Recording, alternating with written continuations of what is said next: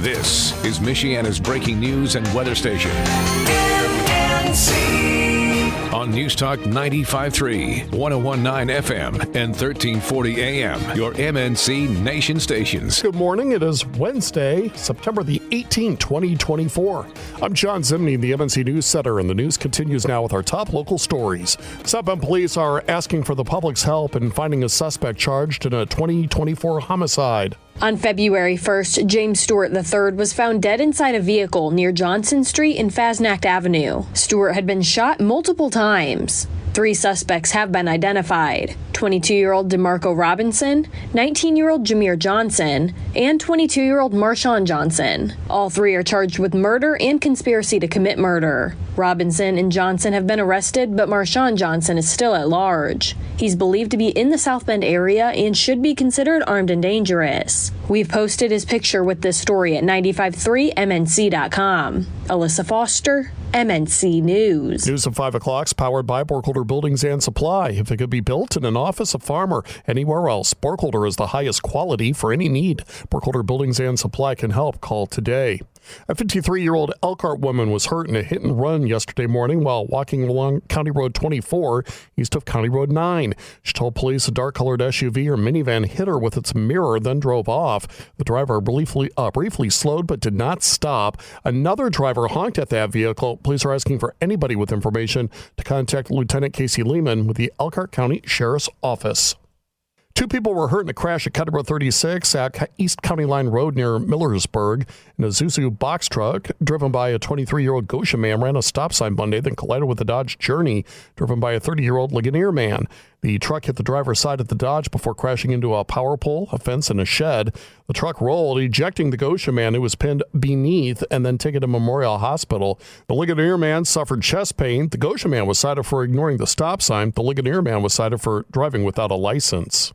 The city of South Bend has broken ground now to celebrate the start of construction for the new Raclin Murphy Encore Center. It's a 20,000 square foot expansion of the Morris Performing Arts Center. Situated between the Morris and the LaSalle apartments, the new building will provide additional lobby space and include additional support of existing events with restrooms, pre-function space, and better circulation. Space for additional events like weddings, meetings, classes, specialty events, and support and spaces for the Equity in the Arts program. Construction is expected to take about 16 months to complete. Shows and other events will continue to take place at the Morris during the construction process.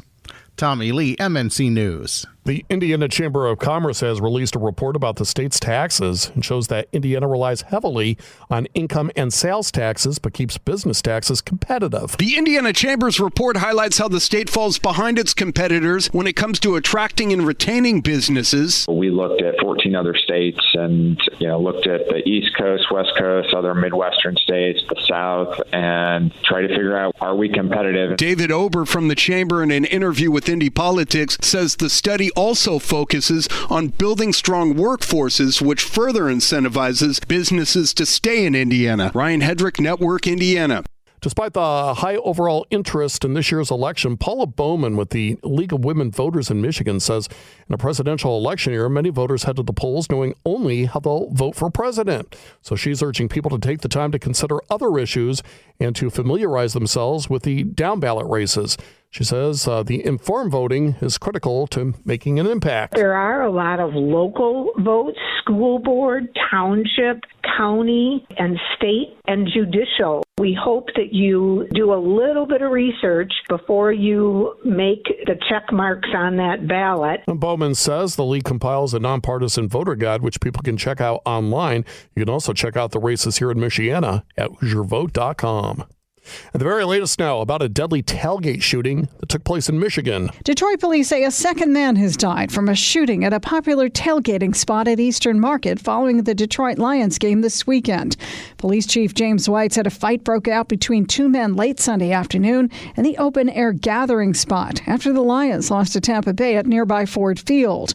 According to White, the 2 men argued and were separated, but went at it again when the suspect pulled a gun and fired off 2 rounds. Police arresting the suspected shooter and recovered 2 handguns.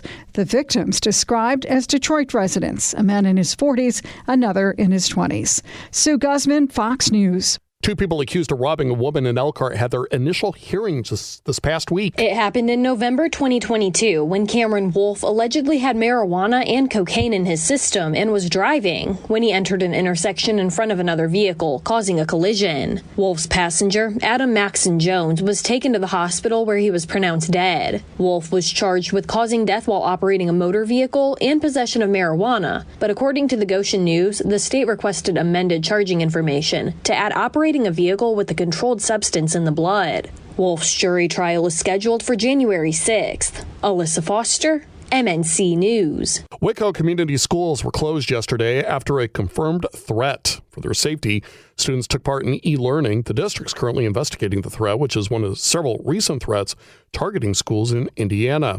Meantime, a new study suggests that across Indiana, thousands of teachers and school staff have been injured by students. That is according to a new report from the state's Department of Education. WFYI reports that this is the first study released since state lawmakers pushed for more transparency surrounding student-on-teacher harm in the classroom. More than 3,000 unique injuries were reported in the 2023-2024 school year, and the Education Secretary says any teacher injuries are unacceptable. Less than half of the state's school districts were included in this report. The Elkhart Community Schools were listed as having 107 incidents, the sixth most in the state. Tommy Lee, MNC News. Now watching your money, Indiana ranks 20th among states for its prescription drug spending, but especially for older adults, some help is on the way. The White House has unveiled price reduction agreements for the first group of Medicare-covered drugs based on negotiations with manufacturers.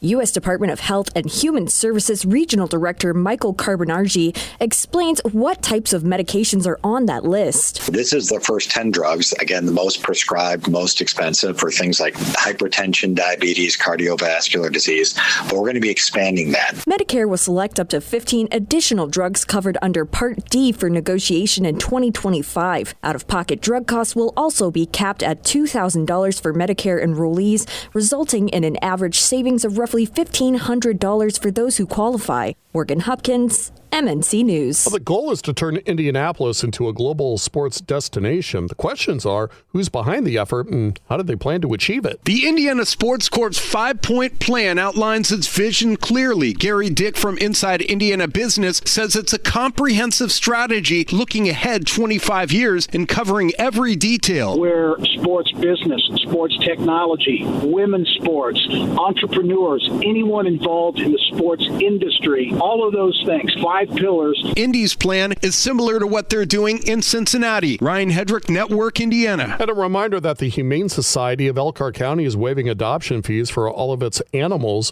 for the rest of the week to try to clear out the shelter. This after a fire scare late on Monday morning. The Bristol and Oslo fire departments raced to the scene and found a refrigerator used to store vaccines had caught fire. Luckily, the fire did not spread, but power to the building for air conditioning was cut out of precaution. Another sunny and warm day with highs in the mid-upper 80s. Skies will stay mostly clear tonight as we cool to the upper 50s. We'll continue to see sunshine and a few clouds as we close out the week and head into the weekend. Highs staying in the mid-upper 80s through Sunday. Staying bone dry until the very end of the weekend. A stray showers possible Sunday and Monday with better chances for rain on Tuesday. I'm WSBD 22 meteorologist Jessica Burns. You can cast your vote with confidence this fall. Check out the candidates and all their platforms from the hot races before the November election at the all-new HoosierVote.com. It's sponsored by Shield Exteriors and Burton's. Podcasts by Federated Media.